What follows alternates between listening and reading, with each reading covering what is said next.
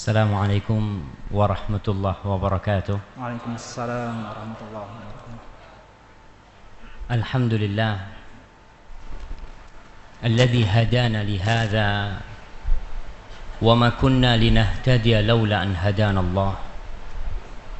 Segala puji bagi Allah Jalla Jalaluh yang Dia memberikan bimbingannya kepada kita.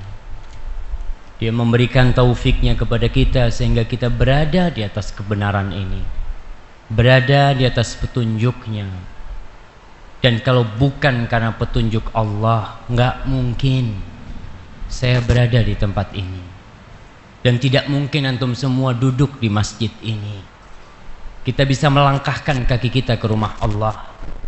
Kita bisa duduk sabar dengerin ustadznya ngomong. Padahal udah ngantuk. Masya Allah, saya lihat sebagian tadi udah cari makan gitu kan. Ini mah siap-siap mah ngantuk. Kalau lapar nggak bisa tidur kan. Tapi kalau kenyang bisa tidur insya Allah. Alhamdulillah kita bisa sampai ke tempat ini. Itu murni karena karunia Allah kepada kita. Maka kita harus yakin bahwa apa yang kita dapatkan hari ini, nanti malam, besok dan sampai kita mati, itu karena anugerah ilahi kepada kita. Allahumma salli wa sallim wa zid wa barik wa an'im ala abdika wa rasulika habibina wa syafi'ina Muhammad.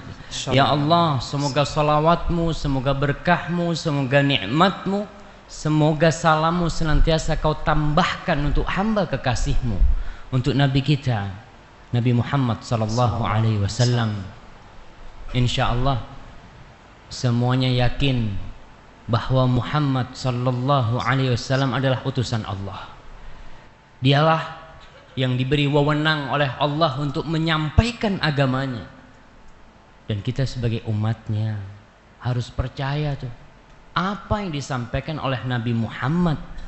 Informasi apa aja kita harus percaya. Kalau ngaku umatnya Nabi Muhammad, kalau enggak ya silahkan.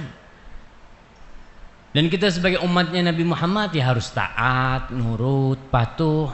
Dan semoga selawat itu bersambung untuk istri-istri Nabi kita Muhammad, yang terutama adalah Khadijah, Aisyah, Hafsah, Saudah, Juwairiyah, Zainab, Ummu Habibah, Ummu Salamah. Kemudian siapa lagi istri Nabi? Siapa? Maimunah. Anak kasih hadiah antum. Insyaallah. Fadhal. Nah, siapa lagi? Angkat Maria. Nggak masuk istri Maria itu. Nah. Sofia. Siapa yang ngomong Sofia? Kasih hadiah tuh. Kasih baju nggak apa-apa tuh. Nah, ini belum nikah nih, pas tuh. Naam. Siapa lagi? Zainab binti Jahsh. Tadi udah Zainab kan? Sudah. Ada dua Zainab. Kasih lagi. Bismillah. Fadhal. Jangan dilemparin, nggak boleh dilemparin. Nah, istri-istri Nabi kita.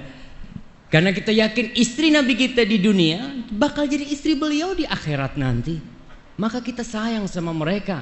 Dan Allah mengatakan tentang istri Nabi, istri-istri Nabi, wa azwajuhu ummahatuhum, dan istri-istri Nabi adalah ibunda mereka, ibu bagi kita, bagi umat Islam nih. Maka semoga selalu bersambung buat mereka dan buat putra putri Nabi kita Muhammad sallallahu alaihi wasallam. Siapa aja putra Nabi kita, angkat tangan. Naam. Ibrahim. Terus tunggu. Jadi batal mah hadiahnya udah mah. Nah, Ibrahim, Abdullah, disebutkan Al-Qasim. Begitu. Ada yang mau nambahin? Boleh, silahkan. Itu putri. Nah, kita bilang putra nih. Jadi kalau putrinya betul Fatimah, tapi nggak apa-apa lah, bapak kita kasih hadiah. Masya Allah. Jangan yang terlalu muda lah dikasih. Nah, Fatimah, terus Ummu Kalthum, Ruqayyah sama Zainab ya. Dan juga semoga salawat dan salam terus bersambung untuk sahabat-sahabat Nabi kita Muhammad sallallahu alaihi wasallam, yang terutama adalah Abu Bakar Siddiq, Umar bin Khattab, Uthman bin Affan, Ali bin Abi Thalib, dan seluruh sahabat Nabi kita yang mereka saling mengasihi, saling mencintai bersama keluarga Nabi Muhammad sallallahu alaihi wasallam. Amma ba'd. Kajian kita tentang apa? Bagi aku. Bagiku apa bagi aku? Bagi aku. Hah? Bagi aku. Bagi aku musik itu halal. Tapi sebelumnya kajian itu diadakan pada tanggal berapa? Bukan Sya'ban. Tertulis tanggal berapa? Masya Allah. Hijriah, alhamdulillah. Tanggal Juninya tanggal berapa? Masya Allah tuh. Bagus nih orang-orang yang lupa. Kita kasih dia yang lupa nih. Nah, fadhal, nggak apa-apa. Kalau udah lupa sama tanggal Masehi, mantap tuh. Iya, kita tanggal 23 Sya'ban, berarti berapa hari lagi kita mau masuk bulan Ramadan. Paling enggak kita ngaji nih, tambah ilmu, tambah takwa. Masuk Ramadan mantap tuh kita. Pintu-pintu neraka ditutup, pintu surga dibuka, setan dibelenggu. Tapi kan yang kalah sebagian manusia jadi setan. Siapa yang ikut kajian yang pertama? Nah, antum. Ustadz Ahmad Zainuddin menyebutkan 3 pengantar. Antum bisa sebutkan?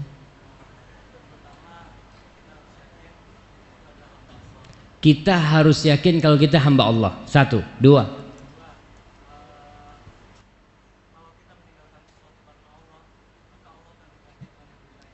Kalau kita meninggalkan sesuatu karena Allah, bakal diganti dengan lebih baik. Begitu jamaah? Hah? Anda mau tanya sama panitia mah? Hah? Betul, itu pengantar kedua. Sahih. Nah, yang ketiga.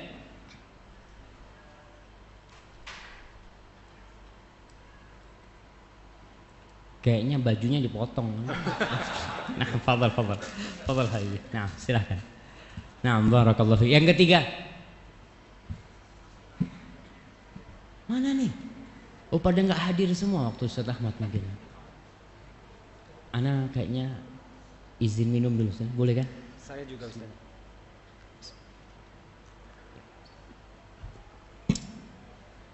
Yang ketiga apa jemaah? Ana udah dengerin. Kalau nggak salah yang ketiga, itu semua hukum Allah pasti ada hikmahnya. Iya, semua peraturan yang dibuat oleh Allah SWT pasti ada hikmahnya. Sebelum kita masuk nih, Ana mau ingatkan sama yang pertama yang disampaikan Ustaz Ahmad tuh, bahwasanya kita semua hamba, semuanya, nggak ada yang bukan. Bahkan Sayyidul Istighfar, istighfar yang paling mulia, gimana? Allahumma Anta Rabbi, ya Allah, Engkau adalah Rabbku, Engkau adalah penciptaku, pemilik diriku, wa ana abduk, selesai itu, dan aku hambamu. Ketika ada hubungan itu, seorang hamba meyakini, iya aku hamba, aku bukan siapa-siapa. Kemudian di doa pelipur lara, siapa yang ingat doa pelipur lara? Jangan antum lagi lah, yang lain. Antum udah dapat banyak malah. Nah, doa pelipur lara. Silahkan yang paling akhir.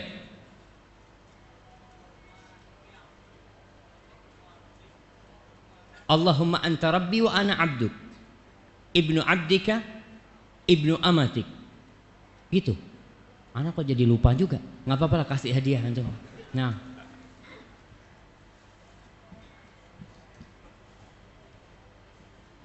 Allahumma anta rabbi la ilaha illa anta khalaqtani wa ana abduka. Ya Allah, tiada yang berhak disembah kecuali Engkau, dan aku ini adalah hambamu, Engkau yang menciptakan aku. Wa ana abduk. Adapun doa Pelipur lara Allahumma inni abduka ibnu abdika ibnu amatik. Ya Allah, bapakku hambamu. Bapakku jenderal bintang 4 pun itu hambamu. Ibundaku juga hambamu ya Allah. Berarti keturunanku ini sampai ke paling atas keturunan hamba ya Allah. Aku hambamu. Maka tolong tuh yang mungkin udah berpangkat lupa kalau dia hamba, tetap jadi benar-benar asli kita ini hamba Allah subhanahu wa ta'ala. Maka kita mau mengkaji sekarang bagaimana peraturan dari Allah subhanahu wa ta'ala. Apa sih kalau kita kerja paling enak tuh, saya contohkan sama polisi, sama tentara tuh, dipanggil sama atasannya, Joko, apa kata dia? Siap dan siap dia. Mau disuruh apa? Kau berdiri di sana ya. Dan ini berdirinya sunnah apa wajib dan? Bisa digampar tuh sama atasannya tuh. Kamu nih ngaji tanya sunnah sama wajib, udah perintah langsung amalkan. Begitu aturannya. Maka orang yang beriman sifat mereka waqalu sami'na wa ata'na, selesai itu. Orang-orang beriman sami'na, ya udah ana dengar, ana taatin. Tapi kalau nggak bisa, ghufranaka rabbana wa ilaikal masir. Ya Allah, ampunanmu ya Allah. Ana hambamu yang penuh kelemahan, mungkin nggak sempurna dalam pengamalan agama kita. Sebenarnya tadi ana sudah kasih pertanyaan sama mereka supaya tanya sama ana. Ternyata nggak tanya. Ana suruh ceramah sama antum ini sekarang. Jadi nggak boleh tanya antum sama ana sekarang.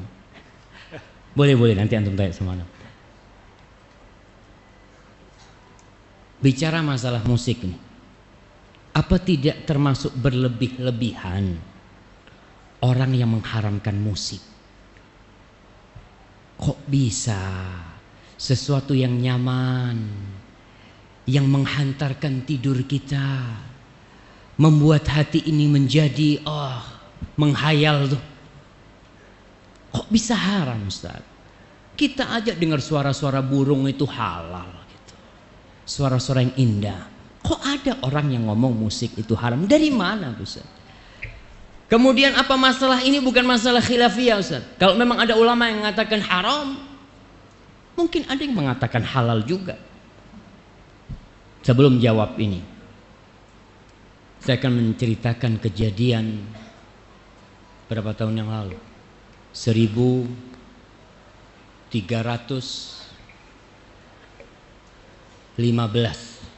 Hijriah, 20 tahun yang lalu.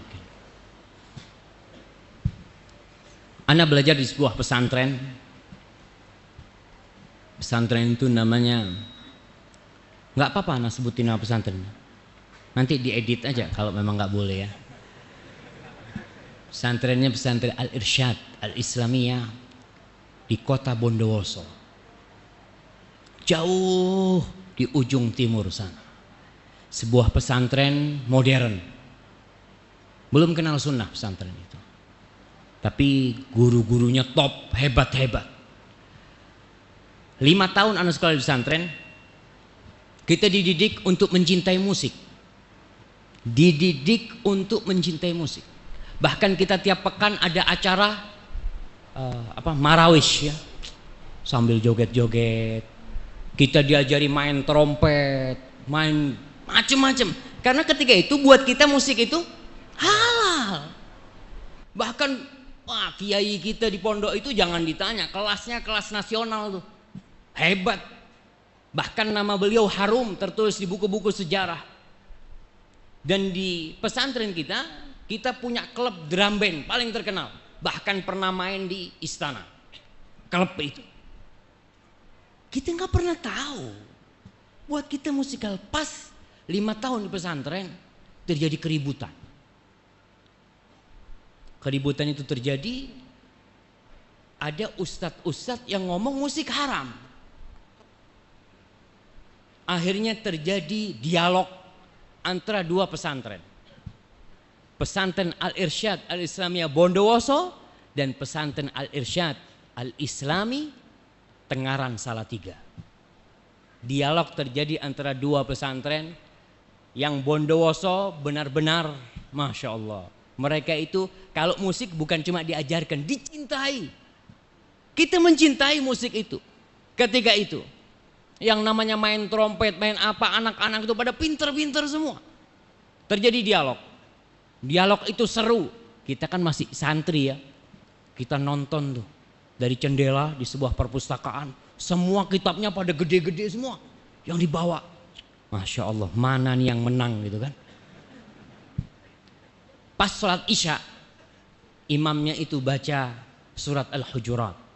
Ya ayyuhalladzina amanu la tuqaddimu baina yadayillahi wa rasulih wattaqullah. Wahai orang-orang yang beriman, jangan kalian itu melampaui, melangkahin Allah dan Rasulnya.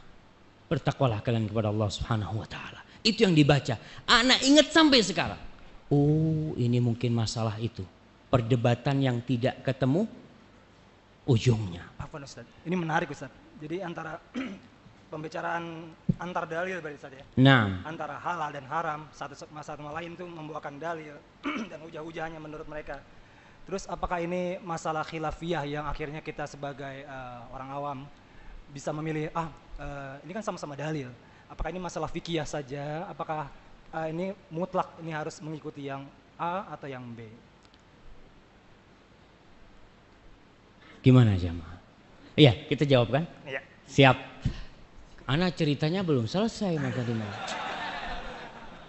Oke, jawabannya ada di cerita ini. Selesai mereka debat, ternyata di pesantren kita itu ada beberapa teman dari Al-Irsyad sana yang pindah. Yang dia kenceng.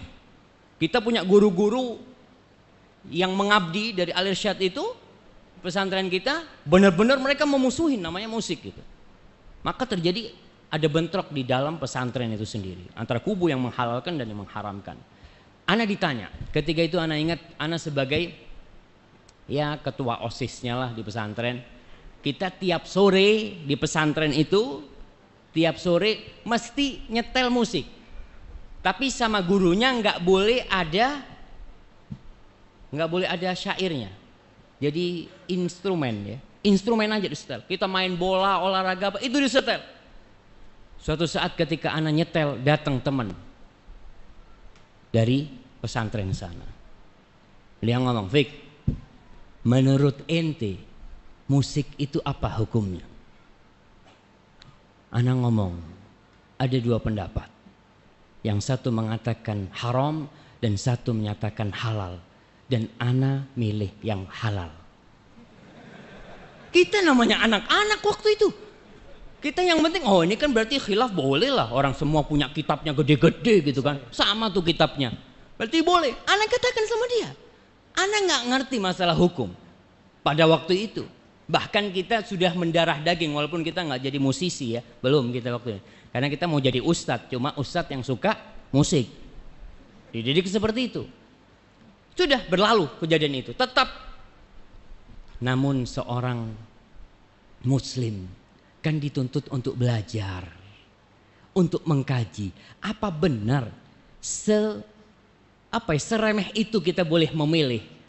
Setiap ada perselisihan kita boleh memilih. Ada khilaf nih di antara para ulama, ente milih yang mana? Ya ana milih yang enak lah. Apa boleh seperti itu? Atau kita sebagai seorang hamba harus hati-hati. Ternyata tidak semua khilaf. Laisa kullu khilafin mu'tabar illa khilafun fihi hadzun minan nawar. Tidak semua perselisihan itu bisa diterima kecuali khilaf yang memang ada ruang untuk beda pendapat di situ. Apakah musik ini termasuk yang ada ruang untuk khilaf pendapat? Itulah yang kemudian ana mengkajinya. Ana belajar.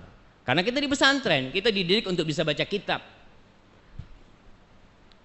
Ternyata perselisihan itu tidak bisa diterima. Kenapa? Imam yang 4. Kita bicara imam yang 4. Siapa yang bisa menyebutkan imam yang 4 bersama tanggal matinya?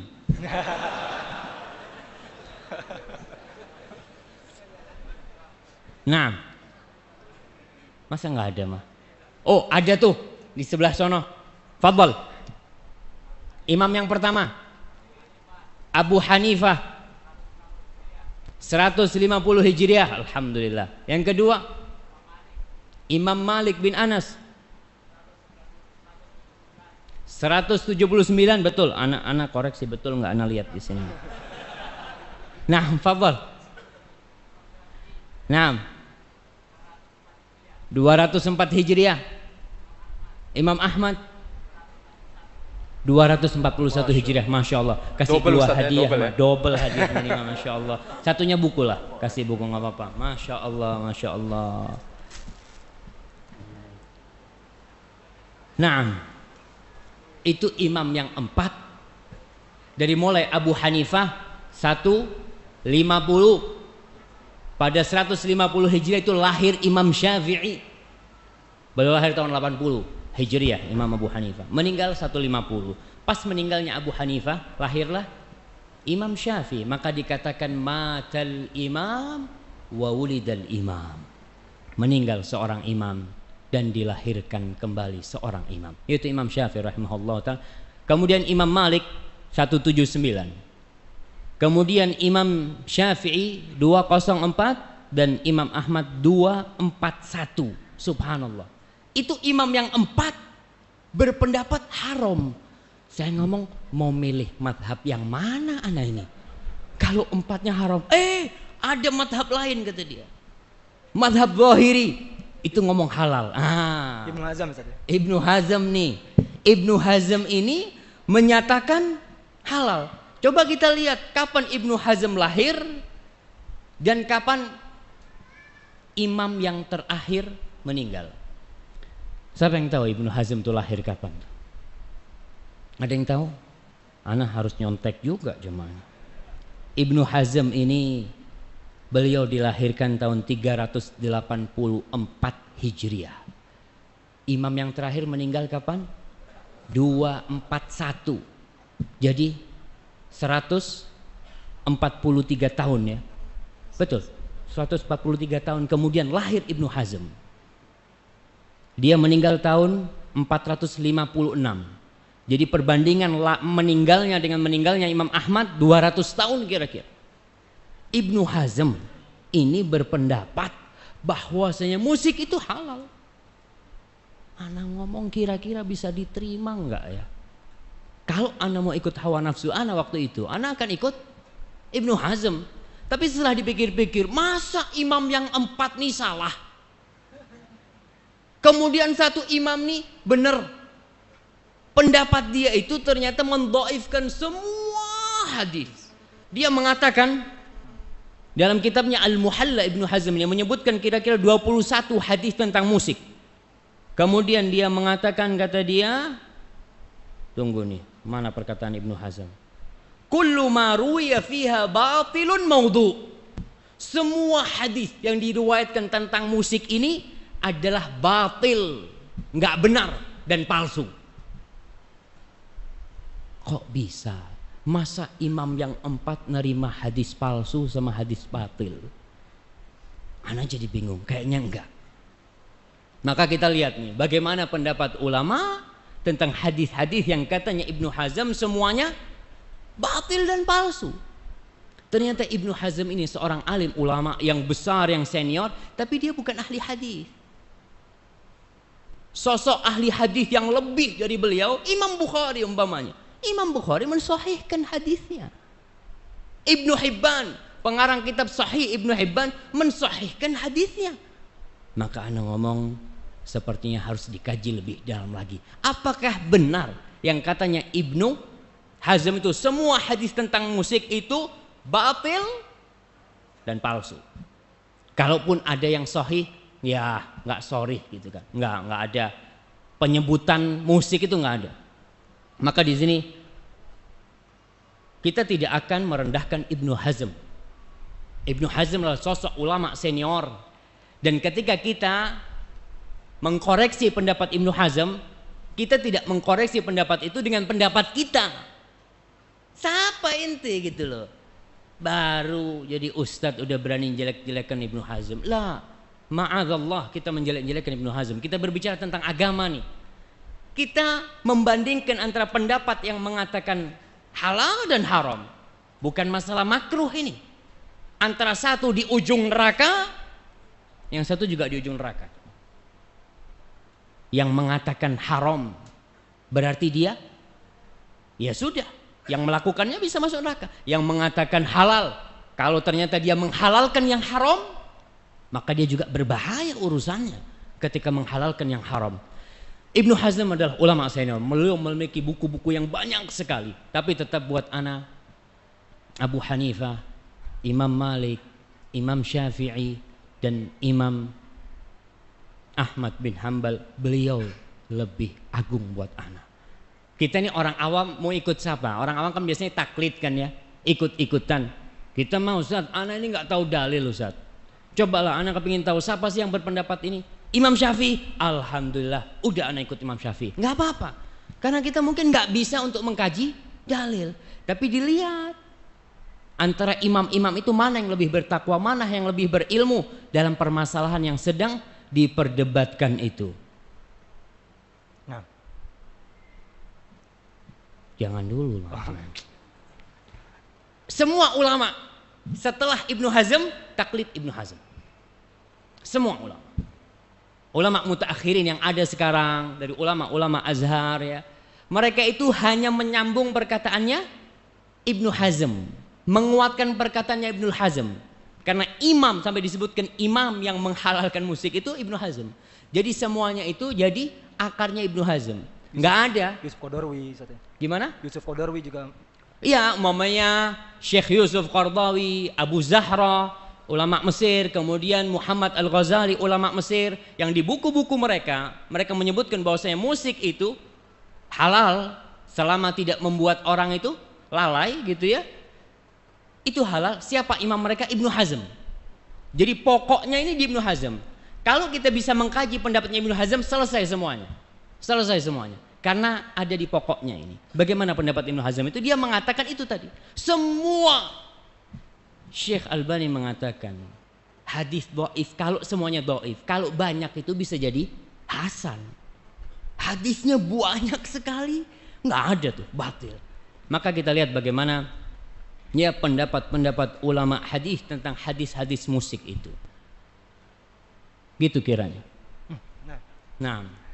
Tadi Ustaz mengatakan dan Ustaz belum menyebutkan hadis-hadis yang sahih yang mungkin bisa Ustaz utarakan, dan mungkin siapa saja yang hadis-hadis yang sahih tadi yang mensahihkannya, mungkin juga ulama-ulama sekarang ataupun yang terdahulu. Nah, ya kalau bicara hadisnya sudah disampaikan Ustaz Ahmad Zainuddin waktu itu. La ya'tiyanna aqwamun yastahilluna al-hirra wal harira wal khamra wal ma'azifa. Akan datang suatu masa yang orang-orang itu menghalalkan zina. Na'udzubillah, nih penghalalan zina sekarang kita lihat tampak sekali. Dan antum bisa bayangkan, WTS sudah habis dari bumi Indonesia. WTS sudah nggak ada lagi. Yang ada apa? Wanita harapan. Hah? Wanita harapan tuh. Ana sampai bingung itu. Ketika seorang mengatakan, ente kerjanya apa? Ana wanita harapan. Keren banget kerjaannya mas. Siapa yang nggak mau jadi harapan? Penghalalan itu mulai. Orang ketika tahu WTS, wanita tunasusila, mau nggak mau dia suatu saat akan bertobat. Karena dia tahu ana nih tunasusila nih. Yang ana lakukan nih haram. Tapi dibikin tuh supaya nggak jadi haram. Ente itu PSK. Apa? Pekerja seksual komersil. Antum nggak hafal? Masya Allah. Nggak apa-apa. Iya, itu yang terjadi. Nggak ada tuh sekarang yang namanya pelacur. Yang ada PSK, wanita harapan. Ini salah satu bentuk ya menghalalkan akhirnya. Orang yang awalnya dia mau tobat, nggak mau tobat. Kenapa? Orang saya ini menghibur Ustaz. Saya ini menyenangkan kaum lelaki Ustaz. Na'udzubillah min dzalik. Kemarin sudah ditutup tuh doli ya. Kita alhamdulillah bersyukur sama Allah Jalla Jalaluh. Semoga semua tempat-tempat kemaksiatan ditutup. Yastahilluna al-hirra wal harir. Mereka menghalalkan harir, sutra. Kemudian wal khamra, minuman. Bagaimana? Saya ingin katakan bahwa saya menghalalkannya ini bukan mereka yakin itu haram, bukan. Mereka menghalalkannya itu karena ada syubhat. Orang yang menghalalkan musik, kita tidak mengatakan dia kafir, tidak. Karena dia menghalalkannya menurut dia. ini hadisnya masih lemah. Kan segala sesuatu itu halal kecuali yang ada dalilnya. Ketika dalilnya lemah, anak rasa anak nggak mau ikut gitu kan.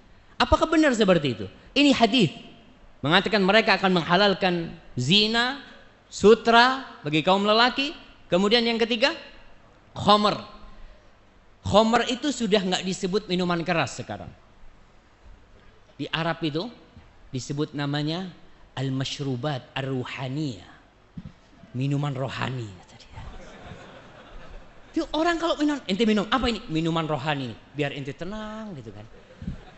Orang kan, oh coba gitu kan, na'udzubillah, na'udzubillah. Itu orang menghalalkan itu. Dan yang keempat, wal ma'azifa.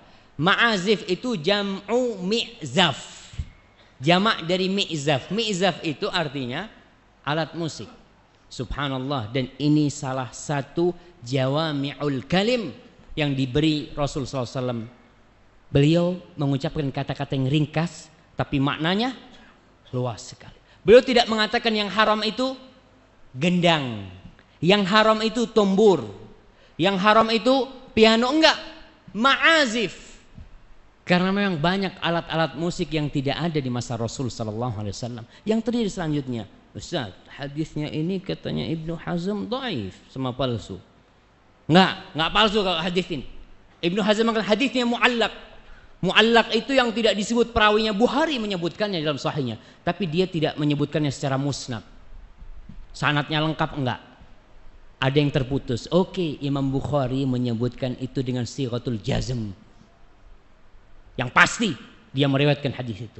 Dan kemudian kalau dikatakan putus, oke, Imam Bukhari tidak menyambungnya. Tapi ulama hadis bukan hanya Imam Bukhari. Perawi-perawi hadis itu banyak sekali. Imam-imam itu. Oleh karena itu Ibnu Hajar al-Asqalani yang bermadhab Syafi'i, dia menyambungkan sampai dari 9 jalur. Hadis itu bersambung sampai Rasul SAW. Dan terbukti hadis ini diterima oleh ulama-ulama madhab yang 4. Dijadikan itu sebagai patokan. Kenapa mereka berpendapat musik itu haram? Siapa aja yang mensahihkan? Anak kepingin tahu. Kalau antum kepingin tahu nih, anak sebutin ya. Yang pertama mensahihkan Imam Bukhari dengan dia menyebutkannya dalam kitab Sahih Bukhari. Yang kedua Ibnu Hibban. Ibnu Hibban ini ahli hadis yang mengarang kitab Sahih Ibnu Hibban. Yang kedua Al-Ismaili, dia juga menyusun Mustadrak kalau nggak salah, yang bersambung, hadis-hadis yang bersambung kepada Rasul SAW. Kemudian Ibnu Salah Asy-Syafi'i yang madhabnya Imam Syafi'i. Kemudian yang kelima Imam Nawawi. Imam Nawawi pengarang Majmu' Syarah Muhadzab, pengarang Riyadhus Shalihin, pengarang kitab Al-Adhkar, penyusun kitab Al-Arba'in An-Nawawiyah, beliau mensahihkan hadis ini. Kemudian Ibnu Taimiyah Al-Hambali dari madhab Hambali, beliau juga mensahihkan. Kemudian Ibnul Qayyim Al-Hambali, kemudian Ibnu Katsir Asy-Syafi'i, kemudian Ibnu Hajar Al-Asqalani, kemudian Ibnul Wazir As-San'ani, kemudian As-Sakhawi pengarang kitab dari hadis, kemudian Al-Amir As-San'ani. Itu ulama-ulama besar dalam ilmu hadis. Dalam ilmu hadis semuanya mensahihkan hadis tentang musik. Kok nggak diikutin mereka? Kok pada ikut Ibnu Hazm, ulama-ulama sekarang? Kalau kita disuruh milih, maka pilihlah yang ahli. Ibnu Hazm, beliau ahli dalam usul, dalam ilmu usulul fiqh, mereka memang ahli. Bahkan buku-bukunya Al-Ihkam, fi Usulil Ahkam, Al-Muhalla, itu buku-buku tentang usul fiqh, tentang apa ya, pokok-pokok permasalahan fikih. Itu kitab Ibnu Hazm. Beliau mengarang banyak kitab, tapi beliau tidak lebih senior dari Imam Bukhari, tidak lebih senior dari Imam Ahmad, tidak lebih alim dari Al-Asqalani dalam masalah hadis. Antum kalau mau betulin motor antum, jangan berangkat ke tukang jam. Tukang jam, dia pintar Ustaz untuk reparasi. Betul, reparasi apa dulu? Kita tidak, betul dia alim, tapi di babnya, di keahliannya. Tapi kalau antum mau betulin motor, ya tanyalah paling enggak sama tempat-tempat yang memang khusus. Buat anak nih yang ilmunya lemah, Kalau ana disuruh mencari hadis ini dari awal sampai akhir, mungkin sampai tua ana nggak ketemu. Maka ana melihat itu ulama-ulama besar yang mensahihkan hadis ini. Apakah kita masih mau mengatakan enggak? Ana mau ikut pendapatnya Ibnu Hazm yang mengatakan semua hadis yang diriwayatkan dalam masalah musik itu dhaif atau palsu. Mungkin seperti itu. Enggak samalah orang yang ahli sama yang tidak ahli. Gimana Bang? Nah, Hadis-hadisnya. Kayaknya antum nggak usah baca itu mah susah nah jawabnya nanti. Nantilah kita mau dengar dari mereka. Tapi ana mau sebutkan hadis-hadis yang sahih itu mana aja Ustaz? Udah disebutkan oleh Ustaz Ahmad pada waktu itu. Dan kalau hanya ada satu hadis yang sahih, kita harus taat nggak? Harus taat nih. Hadisnya sahih. Ternyata hadisnya banyak sekali. Selain hadis yang diriwayatkan Imam Bukhari tadi, dan hadis itu disebutkan oleh Syekh Albani rahimahullahu taala, sebagian orang pobi, ya Albani yang nyebutin, ana nggak mau. Tenang nih, Albani itu dia gurunya Albani itu siapa? Sama tuh Ibnu Hajar Al-Asqalani. Dia juga mengambil ilmunya Ibnu Hajar, Ibnu Hibban, Imam Bukhari, dan beliau tidak mensahihkan hadis itu dengan diri sendiri. Tidak, kita sudah sebutkan yang mensahihkan itu banyak ulama-ulama senior dalam ilmu hadis. Kalau ada ulama fikih mensahihkan hadis, kita tanya dulu, ente nggak ahli dalam ini. Ente ulama fikih gitu kan. Kita tanya, siapa ulama hadis yang mensahihkan? Fulan. Kita lihat, kita cek kembali. Yang bisa mengecek silahkan dicek kembali. Tapi jangan ikut-ikutan. Mengatakan nggak, ana mau ikut Ibnu Hazm. Karena buat ana itu lebih mendukung ya profesi ana. Boleh mah gitu kan. Ini hadisnya jelas-jelas. Itu hadis yang pertama. Kemudian hadis yang kedua, Rasul sallallahu alaihi wasallam mengatakan sautani mal'unani fid dunya wal akhirah. Ada dua suara yang terlaknat di dunia dan di akhirat. Mizmarun 'inda ni'mah, suara seruling ketika dapat nikmat. Lagi senang-senang sama serulingnya. Warannatun 'inda musibah, dan merintih meratap ketika dapat musibah. Hadis yang diriwayatkan Al-Bazzar di Musnadnya dan disahihkan oleh para ulama. Kemudian hadis yang ketiga, Rasul sallallahu alaihi wasallam, hadis Ibnu Abbas mengatakan innallaha harrama alayya, sesungguhnya Allah mengharamkan buat aku, au harrama, atau Allah mengharamkan al-khamra, khamar minuman keras, wal maisir, dan judi. Judi semua sepakat haram, semua sepakat haram. Dulu di masanya orde lama, orde baru ya, masanya Pak Harto, ada sebuah judi terselubung namanya SB. Porkas. Singkatan apa tuh Porkas? Oke lah, itulah. Itu orang-orang kan sampai Pak Haji. Ana ingat waktu SD itu ngelihat ya orang pakai sarung, pakai kopiah, beli itu nomor. Nih, itu kan. Karena dia nggak tahu kalau itu ternyata judi, tapi karena terselubung orang mah nggak kebayang tuh judi. Kemudian wal kubah wa kullu muskin. Kubah ini adalah genderang. Apa namanya? Ana nggak tahu nama-nama alat musik itu apa yang bundar-bundar itu. Rebana. Hah? Bukan rebana. Gendang ya. Gendang lah.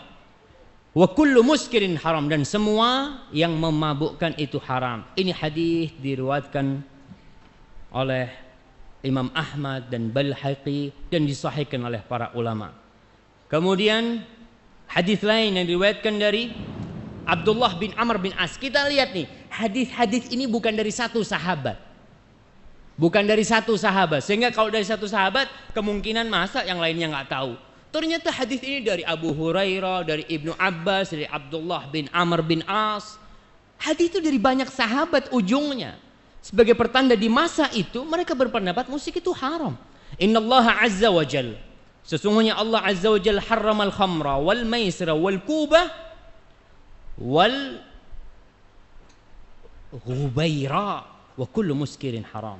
Sesungguhnya Allah itu mengharamkan minuman keras, maisir dan kubah tadi, genderang itu, wal ghubaira. Ghubaira ini minuman keras yang terbuat dari jagung.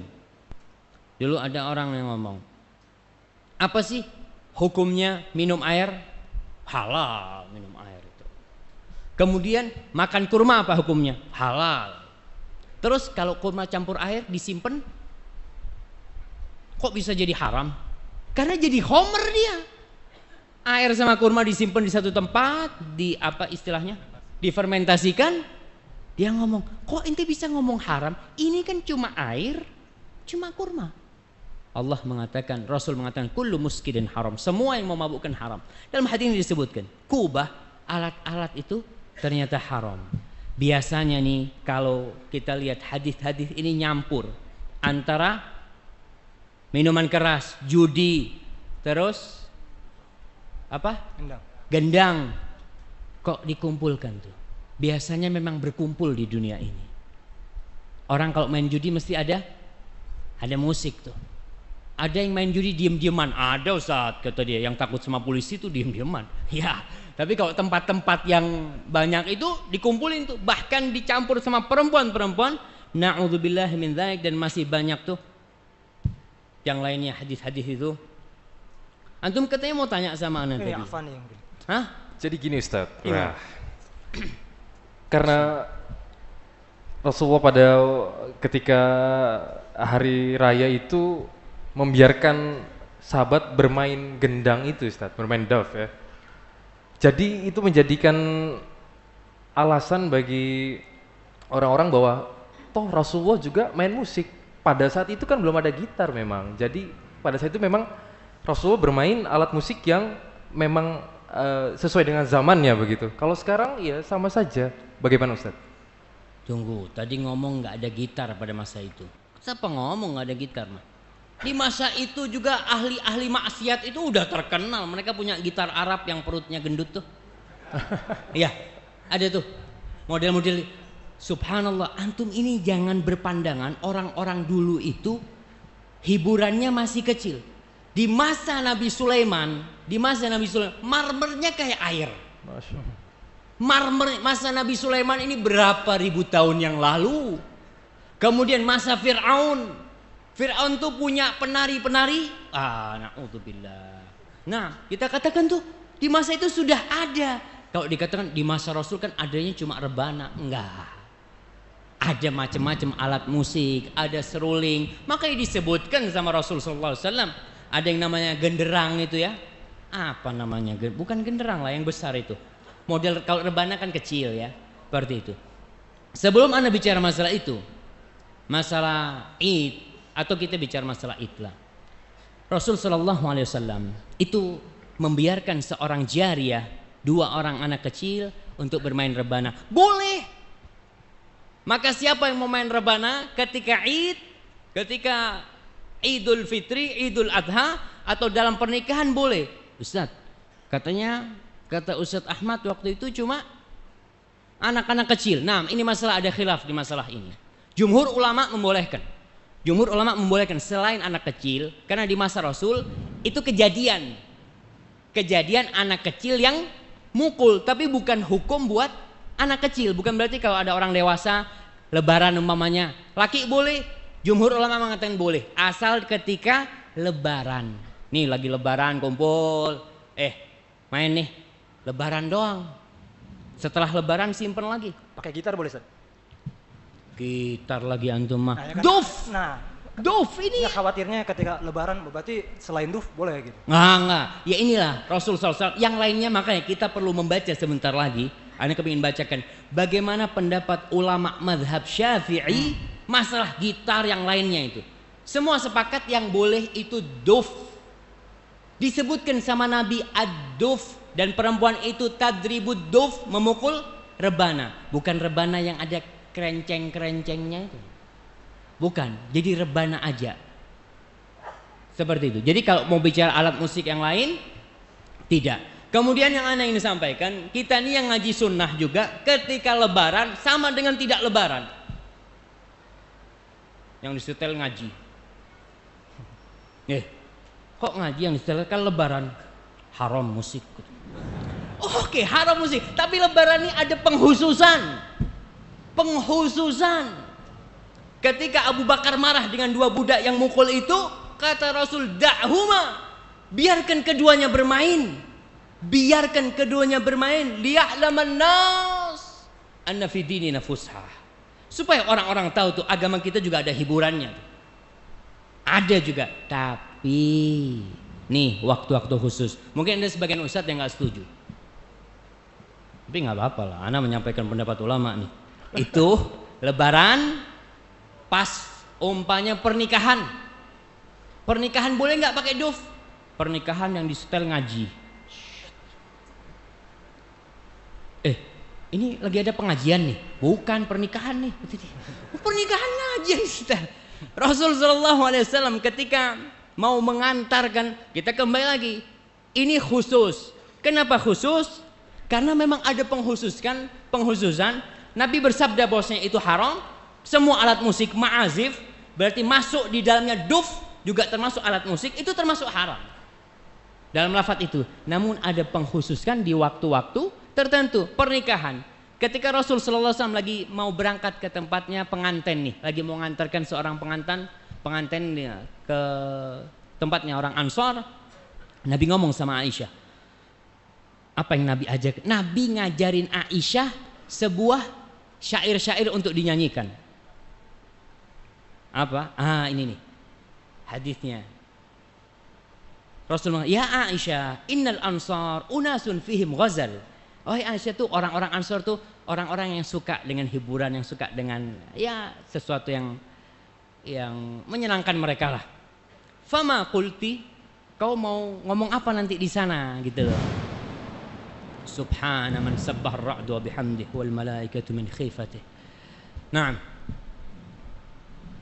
Ditanya, kau nanti mau ngomong apa? Qalat da'una bil barakah. Ya udah kita akan mendoakan supaya dapat berkah. Kita akan mendoakan supaya dapat berkah. Qala afala qultum. Nabi ngajarin Aisyah, apa kau enggak ngomong sama mereka tuh? Mengucapkan syair-syair kepada mereka. Apa syair yang diajarkan oleh Nabi? Atainakum fahayyuna nuhayyikum walaula adh-dhahabul ahmar ma hullat bawadikum walaula al-habbatus samra lam tasmun adharakum. Itu Nabi ngajarin sama Aisyah. Ketika pernikahan, jadi nikah jangan nyetel, ngaji murotal. Kita ini mau lurus, tapi lurus yang benar. Ada fusha, agama kita ini ada yang boleh. Semua yang enak-enak diharamkan. Gitu kan? Betul. Kullu mamnu'in marhub. Semua yang dilarang itu mesti disukai. Bapak ngomong sama anaknya, nak, jangan naik-naik. Lihat bapaknya nggak ada. Cobalah antum di rumah, istrinya nggak perlu dengar lah, istrinya nggak perlu dengar. Jadi antum taruh di lemari itu surat cinta lah, tulis aku mencintaimu. Kunci, ngomong sama istrinya, dek jangan dibuka tuh lemari. Dek, jangan dibuka tuh lemari. Insya Allah kita pergi, dia kepingin tahu tuh, ini kenapa? Nggak boleh. Kepingin dia buka. Itu semua yang dilarang. Allah sudah kasih di diri kita memang kecintaan. Zuyyina linnas hubbus syahwat. Sudah dicintakan hubus syahwat itu. Dan musik ini termasuk syahwat. Orang itu senang, condong kepada musik, tapi kok diharamkan. Itulah ujian dalam kehidupan ini. Tapi kalau untuk lebaran, untuk hari raya, khususon, itu khusus pada waktu itu, boleh. Mana dalilnya? Itu yang disebutkan oleh para ulama tentang dalil-dalil yang menghalalkan hal itu. Nah, itu. Baik. Ana boleh bacain ini apa? Fadhal.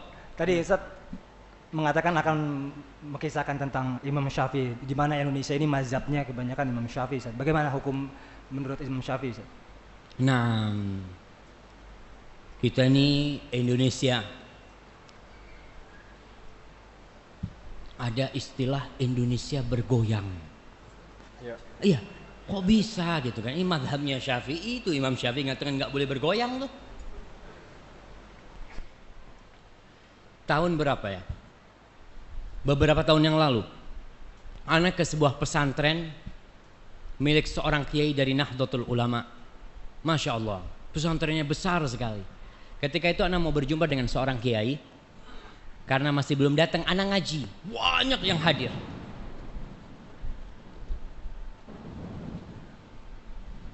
Banyak yang hadir waktu itu, maka anak, dengerinlah. Ternyata yang dibahas, anak lupa bukunya apa. Bukunya tipis kecil. Dibicarakan di sana masalah wajibnya menghancurkan alat-alat musik. Anak ngomong, lu keren banget nih. Baru denger anak. Setelah anak lihat di buku-buku Syafi'i, ternyata mereka sepakat bahwasanya alat-alat musik itu dihancur. Maka anak mau bacakan nih sama antum semua nih. Kalau Maliki ya, dalam mazhab Maliki, kemudian mazhab Hanabilah, Syafi'i termasuk, dia mengatakan qalu di dalam kitab Al-Madzahib, Al-Fiqh al-Madzahib al-Arba'ah, fikih dengan 4 mazhab itu, in saraqa alatit tarb fala qat'a alaih. Kalau ada yang mencuri alat musik, maka enggak dipotong tangannya. Alat musiknya 100 juta harganya. Enggak dipotong tangannya yang mencuri. Wala gharamah, dan enggak harus dia menggantinya kalau rusak. Kemana? Sawa'an kanat milkan li muslim aw li ghairi muslim. Itu milik seorang muslim atau milik selain muslim. Li'annaha, kenapa? Li'annaha ghairu mutamawwalah. Karena itu enggak ada harganya. Yang mencuri dipotong kalau mencuri yang ada harganya. Dia sebutkan karena nggak ada harganya. Wa manhiyun an hiyazazliha wastimal, dan dilarang memilikinya dan menggunakannya. Ini Maliki, Syafi'i, Hambali. Kemudian kalau Hanafi di mana? Qalu inna alatit tarab la yudman qimataha in kanat tusta'mal lillahi. Alat-alat musik itu tidak wajib kita menggantinya kalau memang kita rusak apabila dia digunakan untuk main bermusik. Umpamanya piano, nyuri piano jatuh pecah, ketangkep nih, harus ganti nggak dia? La yadman, dia nggak harus mengganti. Ini dalam mazhab Hanafi. Apabila dia memang digunakan untuk main musik. Amma idza kanat hadhil alat wal ma'azif la tusta'mal fil lahu fa innahu yadman qimata. Kalau alat itu tidak digunakan untuk bermain musik ya. Ada alat-alat namanya seruling nggak dipakai buat bermain musik, tapi dipakai untuk mukul. Iya, umpamanya dia nggak pakai, dia udah tobat, ditaruh tuh, dia gunakan untuk memukul anaknya dan bisa digunakan untuk memukul. Ketika dirusak wajib ganti, karena ketika itu dia ada harganya sebagai alat pemukul, bukan sebagai seruling, bukan sebagai seruling.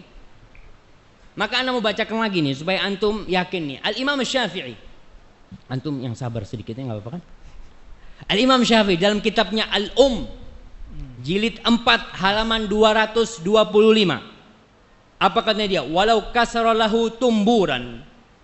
Andai kata dia itu memecahkan tumbur. Tumbur ini sebagian sekarang diartikan, tumbur disebutkan oleh para ulama, tumbur itu seperti gitar. Model yang seperti gitar. Kalau dia memecahkan tumbur itu, au mizmaron, atau memecahkan seruling. Au kabaron, kabaron ini semacam alat musik lah, anda nggak tahu apa artinya. Pokoknya alat musik semua ini. Fa in kana fi hadza syai'un yasluhu li ghairil malahi fa alaihi ma naqasal kasr. Kalau ternyata alat-alat ini masih bisa dipakai untuk selain musik, maka dia harus menggantinya yang dia terusak gara-gara dihancurin. Umpamanya tadi sebagai seruling bisa buat mukul, gitu kan? Karena patah nggak bisa buat mukul. Maka dia mengganti tuh, bukan mengganti harga alat musiknya, bukan. Mengganti tongkat yang seharusnya bisa untuk mukul nggak bisa. Jadi sebagai tongkat dia mengganti. Tongkat ini harganya berapa? Oh tongkat itu harganya mamanya 10.000. Ya udah ente ganti 10.000. Bukan walaupun itu alat harganya 100.000 mamanya. Alat musik itu. Wa in lam yakun yasluhu illa lil malahi fala syai'a alaih. Kalau alat-alat itu ternyata tidak bisa digunakan kecuali untuk main musik, enggak wajib dia mengganti, enggak ada mengganti. Ini perkataan Imam Syafi'i dalam kitab Al Dan alhamdulillah kita di Indonesia mazhabnya Syafi'i, tinggal dilihat tuh. Kemudian di dalam kitab Al juga jilid 6 halaman 159. Fa in saraqa khamran au khinziran lam yuqta. Andai kata ada yang mencuri minuman keras atau mencuri khinzir, mencuri babi, maka nggak dipotong tuh tangannya. Kenapa? Li'anna hadza haramus tsaman, karena ini haram. Dia itu harganya haram. Kalau dijual pun harganya haram. Wala yuqta fi tsamani tumbur walal mizmar, dan juga tidak dipotong karena mencuri tumbur semacam gitar atau mencuri seruling. Itu juga nggak dipotong. Ini perkataan siapa? Imam Syafi'i. Kemudian kita lihat perkataan Al-Muzani, muridnya Imam Syafi'i. Dia mengatakan, Mukhtasar Muzani, dia mengatakan, wa idza kusira lahum salib min dhahab. Andai kata dia menghancurkan salib yang terbuat dari emas,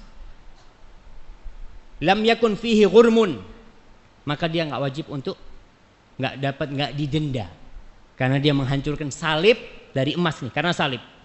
Wa in kana min udin wa kana idza furriqa shalah li ghairi salib, kalau ternyata itu dari kayu, salibnya terbuat dari kayu, dan dia itu kalau dipisahkan bisa dibikin sesuatu yang bermanfaat, ada hal-hal yang multifungsi ya, tidak jadi salib.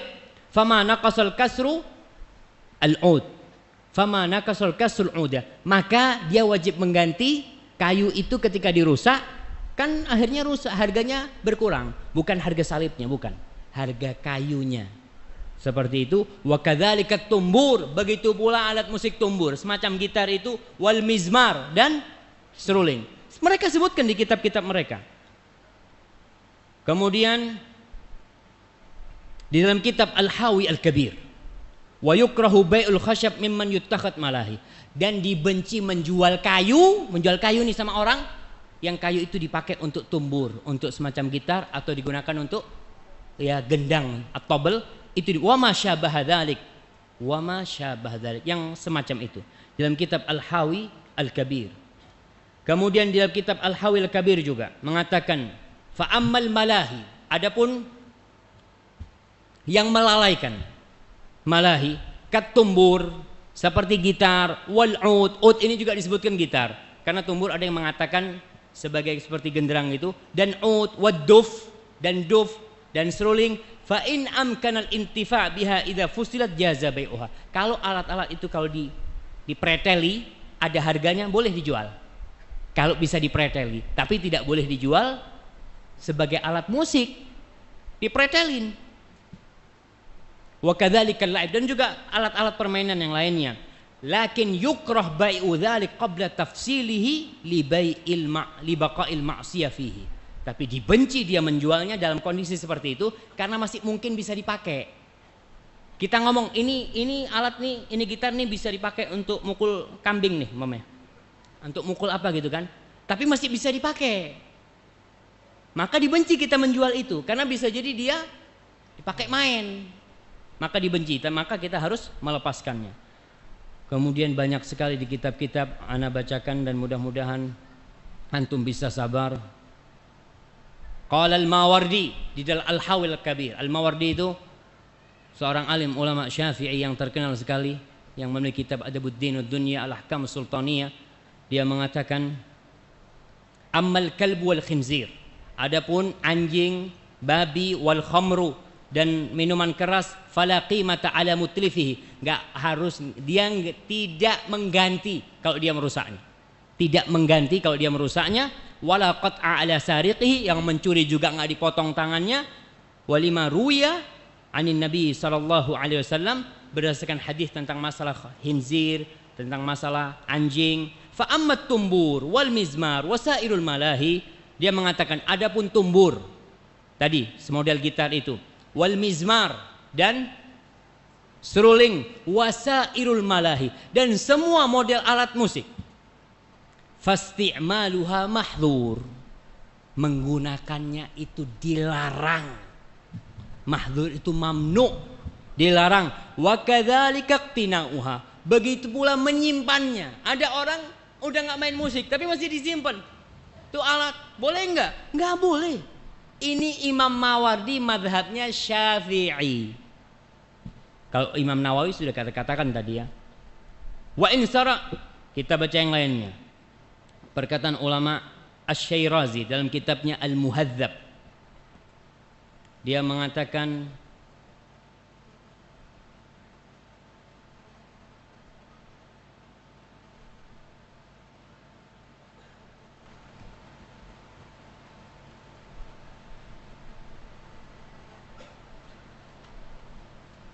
Naam. Asy-Syirazi dalam kitabnya Muhadzab mengatakan fasl wa yahrum isti'malul alat allati tatrub min ghairi ghina. Dan diharamkan menggunakan alat-alat yang membuat orang bergoyang gitu min ghairi ghina, tanpa lagu-lagu kal'ud wa tumbur, seperti ud itu sekarang diterjemahkan seperti gitar Arab itu, wa tumbur wal mi'zafah wa tabl, dia sebutkan tabl, genderang, wal mizmar, seruling, wad dalilu alaihi qauluhu ta'ala, dia belum menyebutkan dalilnya adalah firman Allah Subhanahu wa taala, wa minan nas man yashtari lahwal hadits liyudilla an sabilillah. Dan ada sebagian orang yang dia menggantikan lahwal hadits, ya, dia membeli lahwal hadits, perkataan-perkataan yang membuat orang itu lalai, orang itu lengah, liyudilla an sabilillah, yang pada akhirnya dia akan menyebabkan orang tersesat dari jalan Allah Subhanahu wa taala. Qala Ibnu Abbas innahal malahi, kata Ibnu Abbas dia itu adalah malahi. Kemudian warawa Abdullah bin Amr bin As anna Nabiy sallallahu alaihi wasallam, dia mengatakan bahwasanya Nabi sallallahu alaihi wasallam bersabda, innallaha harrama ala ummati al-khamra wal maisra wal mizmar wal kub wal qinnin. Ini menyebutkan tentang hadis yang mengharamkan alat-alat musik itu. Banyak sekali disebutkan wat tabal wal qinnin wal barbat, enggak tahulah anak ini. Tabal, qinnin, barbat itu alat-alat musik yang dulu mereka sudah macam-macam alat musiknya. Ternyata mereka berpendapat dalam mazhab Syafi'i bahwa dia itu haram. Tinggal dilihat sekarang. Dibaca kitabnya Imam Syafi'i, dibaca kitabnya Imam Nawawi, dibaca kitabnya Al-Mawardi, dan insya Allah alhamdulillah di Indonesia ini banyak kitab-kitab mereka dan dikaji di banyak pesantren-pesantren. Tapi ana nggak tahu ya, kenapa masih ada yang menghalalkan musik. Mereka yang bermadhab Syafi'i menghalalkan musik dari mana? Apa pindah madhab? Ada istilah pindah madhab gitu kan? Enggak, kita nyebrang tuh ke madhabnya Ibnu Hazm, kita ikuti kebenaran. Kalau hadisnya benar, sahih, tapi bertentangan dengan nafsu kita, memang nggak enak.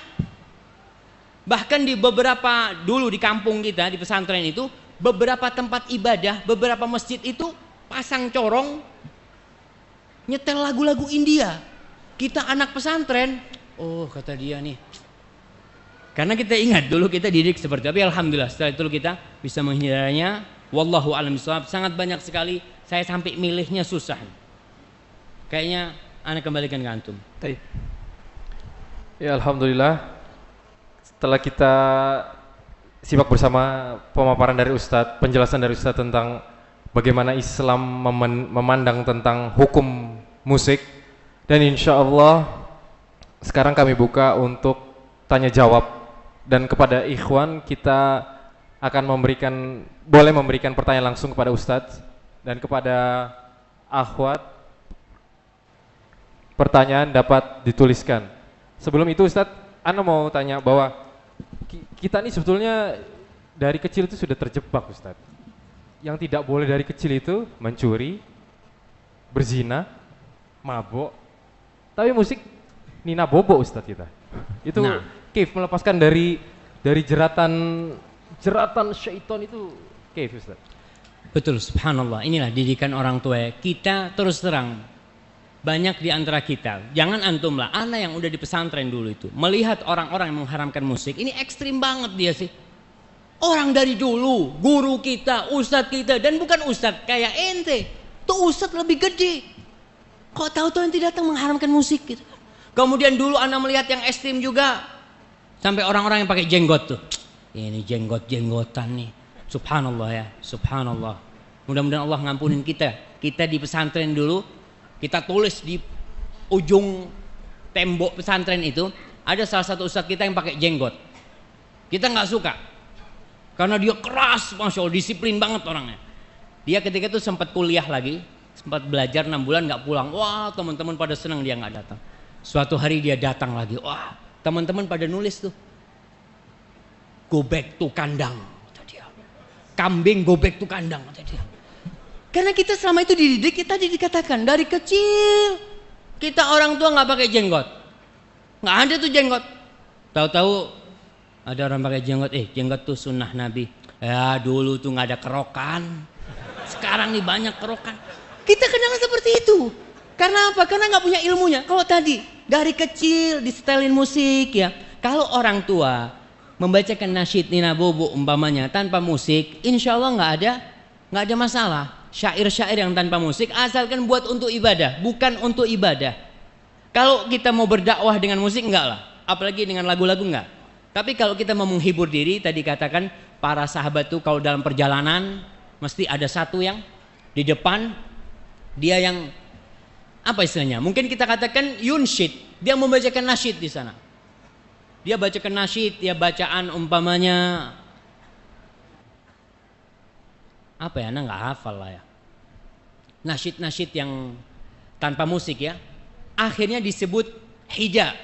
Itu onta kalau dengar suaranya yang menggiring itu dengan nyanyian-nyanyiannya tanpa musik ya, itu onta bisa jalannya tambah keras.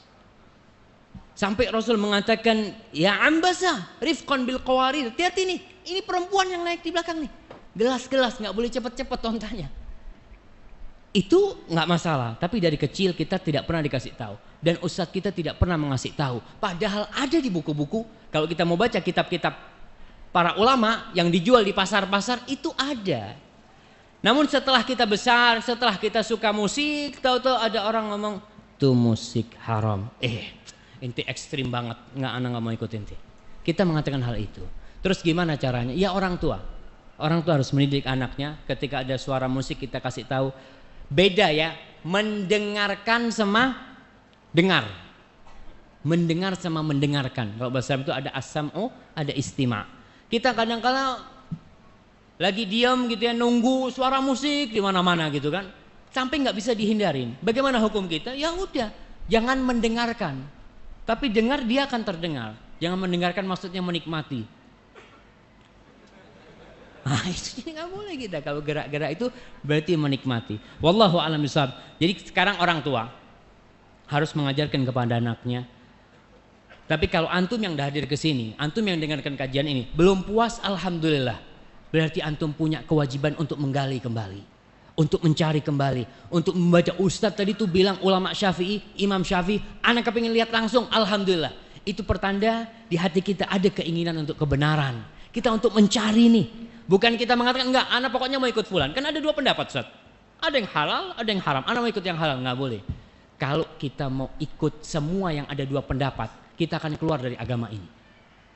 Sampai yang namanya Asy-Syatibi menyebutkan dalam kitabnya Al-I'tisam, semua bukan Al-I'tisam, Al-Muwafaqat. Dia menyebut semua itu punya dalil. Semua punya dalil. Orang yang menghalalkan khamr punya dalil. Orang yang menghalalkan umpamanya zina, sekarang di Indonesia lagi muncul tuh orang-orang yang menghalalkan zina. Yang ya dedengkot-dedengkotnya itu ada di balik fakultas-fakultas Islam. Muncul buku judulnya Tuhan izinkan aku untuk menjadi pelacur. Tuhan izinkan untuk menjadi pelacur. Dia ceritakan di sana, apa bedanya menikah dengan melacurkan diri? Orang sama-sama memuaskan nafsunya lelaki kata dia. Sama-sama. Maka semua punya dalil, tapi bukan pakai dalilnya. Benar enggak dalilnya? Sahih enggak? Kemudian sebagai orang awam, lihatlah ketika kita memang tidak bisa memilih mana yang hak, mana yang lebih kuat, mana yang marjuh, mana yang rojih. Tatkala itu maka kewajiban kita ngelihat nih. Ana lihat nih Imam Syafi'i kayaknya lebih alim nih. Imam Nawawi, orang semua imam itu mengatakan hadisnya sahih. Datang orang mengatakan enggak sahih setelah bertahun-tahun. Datang orang mengatakan itu, wallahu a'lam bissawab. Nah, mungkin bagi ikhwan yang ingin bertanya silakan. Mike. Coba satu berdiri.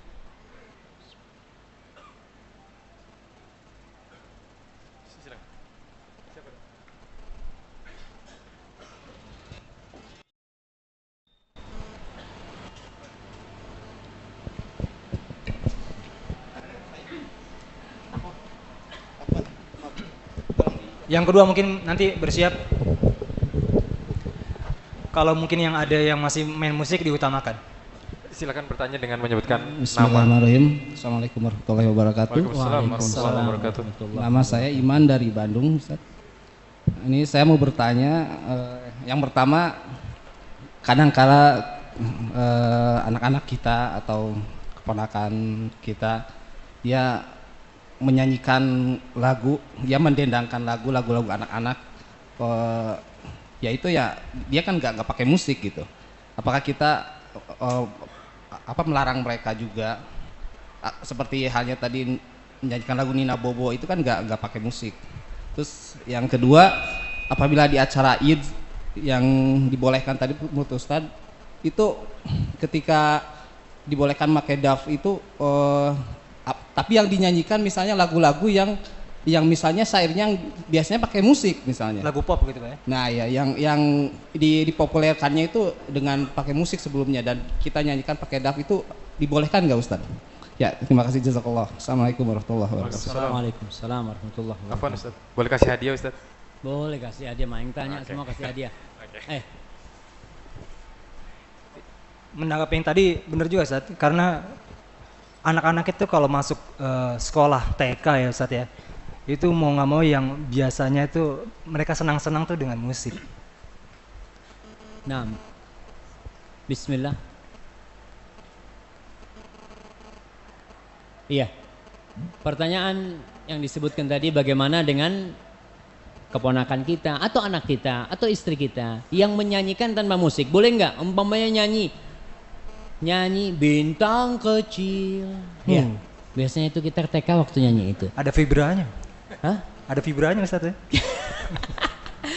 Iya, bicara masalah lagu beda sama musik nih.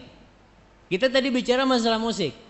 Kita belum bicara masalah lagu, maka kita butuh kajian nanti masalah lagu. Lagu yang seperti apa yang diperbolehkan. Lagu ini secara umum itu seperti perkataan aja, seperti nasyid. Kalau isinya baik nggak ada masalah. Asalkan tidak dijadikan tadi sebagai sarana dakwah, sebagai apa, sebagai bentuk ibadah. Bahkan ada orang yang beribadah dengan lagu. Enggak, kita nggak ada ibadah sama lagu. Ibadah kita Allahu Akbar tuh sholat. Khusyuk.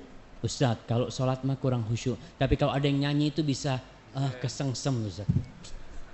Enggak, karena ada orang-orang yang mendekatkan diri sama Allah lewat lagu. Tapi kalau lagu tadi buat hiburan, kita katakan kalau buat hiburan tanpa musik, boleh pakai duf ketika lebaran, ketika pernikahan, bahkan jumhur ulama mengatakan boleh dalam acara-acara yang memang mereka mencontohkan khitanan ya waktu itu, mereka contohkan boleh pakai duf. Itu syairnya asalkan baik, nggak masalah, tidak bertentangan syairnya itu. Tapi kalau syairnya ini yang dikatakan semua yang melalaikan, semua yang membangkitkan birahi kita, itu mau pakai musik, nggak mau pakai musik, itu semuanya haram. Tapi kalau yang tadi yang lagu-lagu dinyanyikan oleh orang tua, Nina Bobo tuh anak udah lupa tuh gimana tuh? Antum masih ingat? Nina Bobo itu anaknya siapa? Sudah bangun sekarang Ustaz. Kenapa? Ninanya sudah bangun. Ninanya udah bangun. Udah SMA. Iya, jadi seperti itu. Tadi dilihat kalau memang syairnya itu nggak masalah. Kemudian yang kedua, bagaimana umpamanya yang tadi itu udah pernah dilakukan pakai musik Ustaz? Ya, kita bisa merubah tuh, boleh nggak pakai musik. Apabila syairnya memang tidak ada unsur kesyirikan, tidak ada unsur maksiat. Ketika Idul Fitri sama Idul Adha dan pernikahan pakai duf ya, pakai duf aja, nggak ada kerincing-kerincingnya. Seperti itu, wallahu a'lam bishawab. Tapi kan sekarang cenderung lagu-lagu itu justru lagu-lagu yang mendayu-dayu, membuat perasaan itu tetap boleh Ustaz? Allahu Akbar. Mendayu-dayu ini anak ingat sama perkataan ulama Ibnu Abbas dan para ulama, al-ghina ruqyatuz zina. Lagu-lagu itu mantra-mantra ke zina. Mungkin kalau anak lihat ya, yang banget gitu ya, kan lagu ini macam-macam. Para jamaah kalau antum tanya masalah musik rock, musik dangdut, apa itu kalau ditanyakan kepada Ibnu Hazm, insya Allah jangan tanya sama Ibnu Hazm, tanya kepada yang mengikuti Ibnu Hazm, mereka berpendapat itu haram. Karena melalaikan, mereka punya semua yang melalaikan itu haram. Dan kita lihat yang musik rock itu, apa pas waktu sholat, jamaah, ana mau adzan dulu. Itu sudah hilang. Maka anak katakan lagi, kalau ditanyakan kepada ulama yang menghalalkan musik pun tentang musik-musik yang yang sudah benar-benar melalaikan. Tidak ada orang yang mengatakan tidak melalaikan. Bahkan dulu saya punya paman cerita tuh, orang-orang lagi ada yang manggung tentang miras, penyanyi tentang miras. Gimana tuh, Ana lupa juga. Itu kata dia, kita yang hadir minum sambil joget, padahal yang dinyanyikan tentang miras. Itu sambil joget minum, na'udzubillah. Itu bukan jalan untuk dakwah, memang bukan jalan untuk dakwah. Jadi kayaknya butuh kajian khusus untuk masalah lagu nanti. Gimana lagu itu yang boleh, dan bagaimana, kapan waktunya kita boleh memakai duf, dan bagaimana syair-syairnya, apa saja atau siapa yang boleh memainkan itu perlu mungkin kajian khusus lagi. Wallahu a'lam Itu bishawab. syair yang tadi Nina Bobo itu ada unsur bohong kayaknya Ustaz ya. Kalau tidak bobo digigit nyamuk. Itu kan kayaknya nakut-nakutin. Kok nggak bobo digigit Kalau nyamuk. nggak bobo digigit nyamuk. Bobo aja digigit nyamuk kadang-kadang kan. Nggak ada kelambu ya Ustaz ya. Baik, pertanyaan kedua, silakan Ikhwan. Mungkin yang masih bermusik ini sangat utama ya. Karena mungkin ada sobat-sobat yang mereka praktisi. Sebentar. Antum nampaknya rebel nih. Mana mic-nya? Kirim aja langsung, antum nggak usah jalan. Mic-nya di ini aja Di di assist, estafet. dikirim Iya, aja estafet. Iya, estafet. Biar cepet tuh.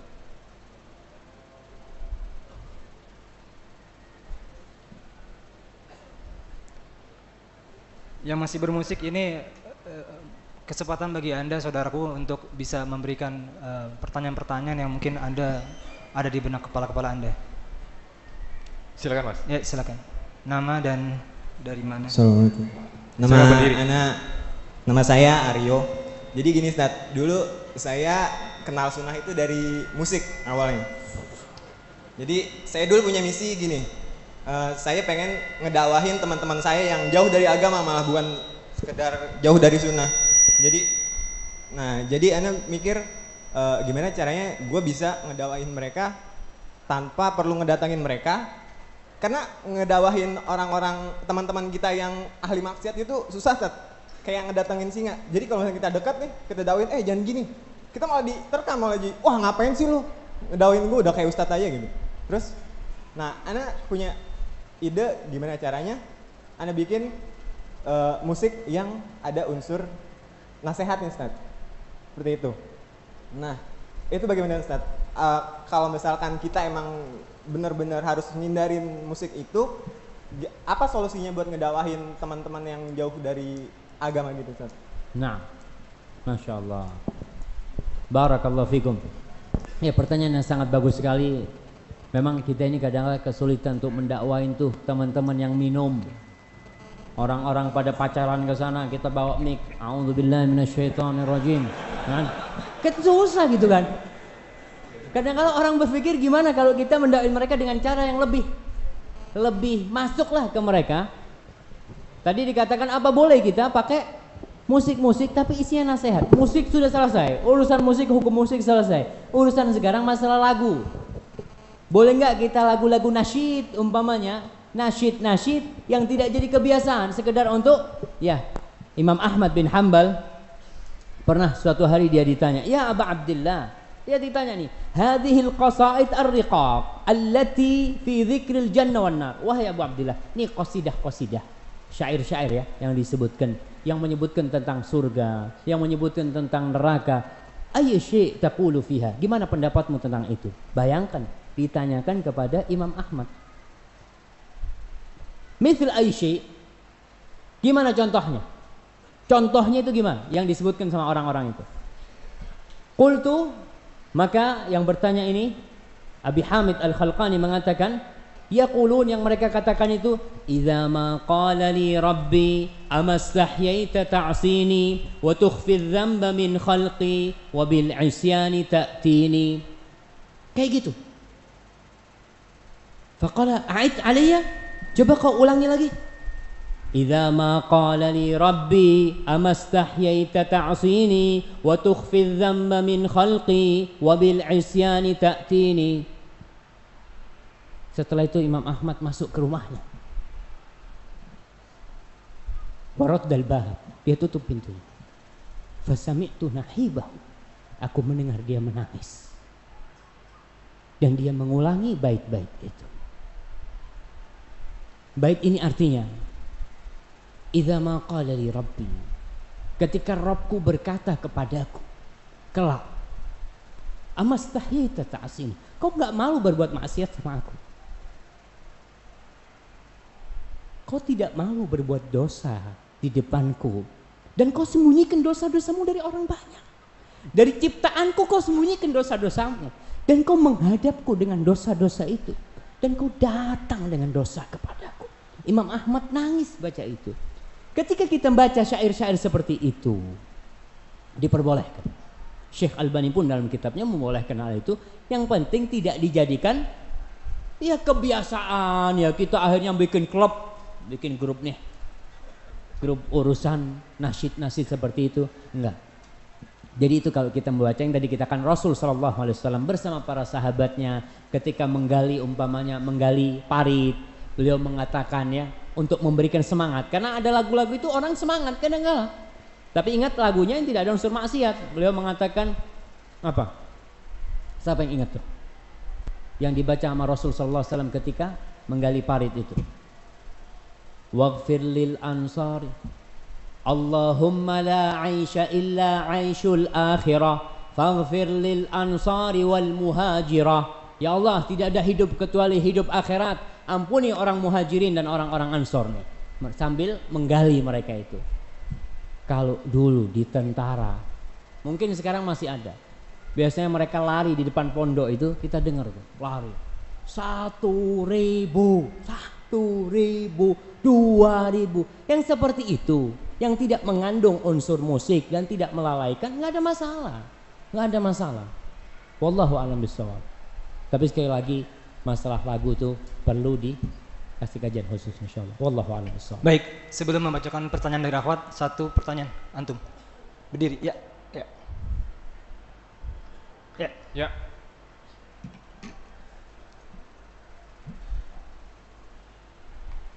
Itu di belakang.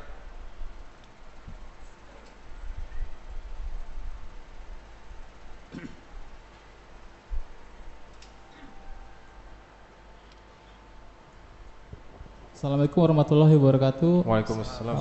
Saya mau tanya, kalau musik atau lagu dalam konteks budaya Ustadz, kayak reggae sendiri kan, reggae itu punya Jamaika ya, Jamaika gimbal misalkan, tapi ada orang yang gimbal misalkan syar'i gitu, gimana Pak Ustadz?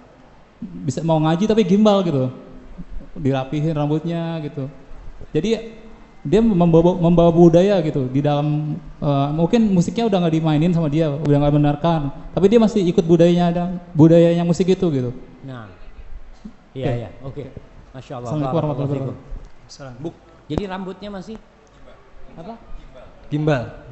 Gimbal itu bukan yang dimakan. Gimbal jagung, gimbal Itu timbel, apa? Ustaz. Hadiah. Kalau tadi yang disampaikan masalah gaya ya, orang sudah alhamdulillah Ustaz, anak udah nggak musik mah, tapi gaya masih gaya pemusik tuh, gimana? Gimana ya? Rasul Shallallahu Alaihi Wasallam mengatakan, Ustadz ini kadang-kadang harus mikir gimana gitu. Man tashabbaha biqaumin fahuwa minhum. Barang siapa yang menyerupai suatu kaum, maka dia termasuk dari mereka. Wa yuhsyarul mar'u ma'a man ahab. Dan kata Rasul sallallahu alaihi wasallam, orang itu akan dikumpulkan dengan orang yang dia cintai. Kita rambutnya model gitu, cinta sama siapa? Kita niru siapa? Niru penghuni surga, ahlan wa sahlan, insyaallah masuk surga. Tapi kalau yang kita tiru mah, yang tadi dikatakan yang gimbal, yang ada lagi yang subhanallah ya. Kita waktu SD petal sedikit ya, kadang-kala tukang cukur itu petal ya, nyukurnya itu nangis kita. Wah ini kok jelek banget gitu kan. Sekarang dipetalin. Kita lihat orang-orang, wah ini sudah terbalik dunianya. Udah terbalik dunia. Bagaimana kita niru gaya, niru siapa aja. Dan pada hakikatnya kita meniru itu karena rasa cinta. Anak ingat ada seorang yang ditanya waktu itu di Bandung tuh. Dia orang pakai jenggot mah, yang lainnya pada nggak pakai jenggot. Ente kenapa pakai jenggot tuh? Kata dia ngomong, ana dulu itu cinta sama seorang bintang film. Di barat itu siapa dia ngomong fandom, apa? Fandom? Nggak tahu lah, pemain laga lah. Dia cerita karena ana seneng sama orang itu, bajunya yang dipakai ana beli. Ngelihat di film, oh pakai baju gini mah, ana beli. Rambutnya, cukurannya, ada kuncirnya belakang, ana pakai rambut ana, kata dia. Sepatunya, gaya jalannya, badannya pun ana ingin badannya seperti dia. Tapi ketika ana tahu sama Rasulullah sallallahu alaihi wasallam, ana lebih cinta sama beliau. Maka ana pakai jenggot nih karena Nabi ana pakai jenggot, kata dia. Seperti itu tadi. Jadi tatkala kita ini meniru gaya suatu kaum, lihat hati-hati tuh. Kira-kira dia masuk surga enggak? Ana jangan-jangan kalau ikut dia masuk surga ahlan wa sahlan. Tapi kalau kiranya jalannya sudah enggak benar, maka tolonglah gaya rambut, gaya berpakaian, gaya dandanan, na'udzubillah ya. Sampai anak-anak kecil, anaknya ustadz kadang-kala kita susah didiknya. Dia kepingin rambutnya gini juga. Anak ngomong, nggak boleh, bah, bagus bah. Gini. Allahu Akbar, Allahu Akbar. Baik, alhamdulillah sekarang sudah banyak pertanyaan dari akhwat yang masuk Ustadz. Salah satunya ini bagus pertanyaan Ustadz. Assalamualaikum warahmatullahi wabarakatuh. Ustadz, kenapa Allah memberikan saya suara bagus sementara di dalam Islam musik itu diharamkan? Nah, Masya Allah, Masya Allah. Kenapa Allah ngasih saya suara bagus? Suaranya bagus Ustadz, tapi musik diharamkan. Iya. Emangnya lidah ini buat musik-musik doang gitu kan? Banyak kerjaannya lidah itu. Jadi bukan hanya untuk duduk pegang mic nih. Kalau suaranya ini akhwat.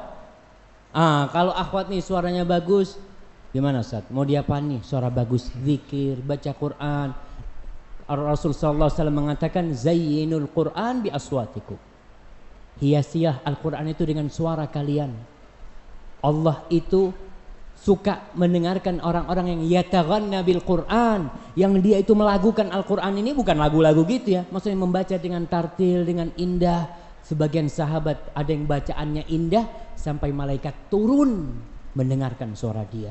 Jadi suara indah itu disyukurin untuk apa? Untuk nyanyi? Enggak, masih banyak yang lainnya. Dan itu ujian dari Allah subhanahu wa ta'ala. Bagaimana kita menggunakan lidah. Alam naj'al lahu ainain wa lisanan wa syaftain. Allah sudah jadikan lidah dan bibir buat kita, maka kita harus mensyukurinya dengan menggerakkannya di dalam keridhaan Allah jalla jalaluhu. Wallahu a'lam bishawab. Nah, Ustaz. Lalu ada pertanyaan dari akhwat. Bagaimana Ustaz hukumnya apabila pekerjaan suami kita itu sebagai pemain musik? Bagaimana kita harus menasihatinya seperti apa?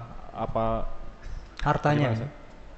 Hartanya ketika ya, ketika penghasilannya itu dihasilkan dari bermusik Ustaz.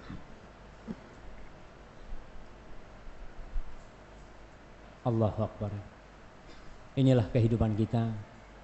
Kalau urusan cari dunia, kadangkala orang itu, yang saya yakin dia nggak tahu dengan musik itu haram.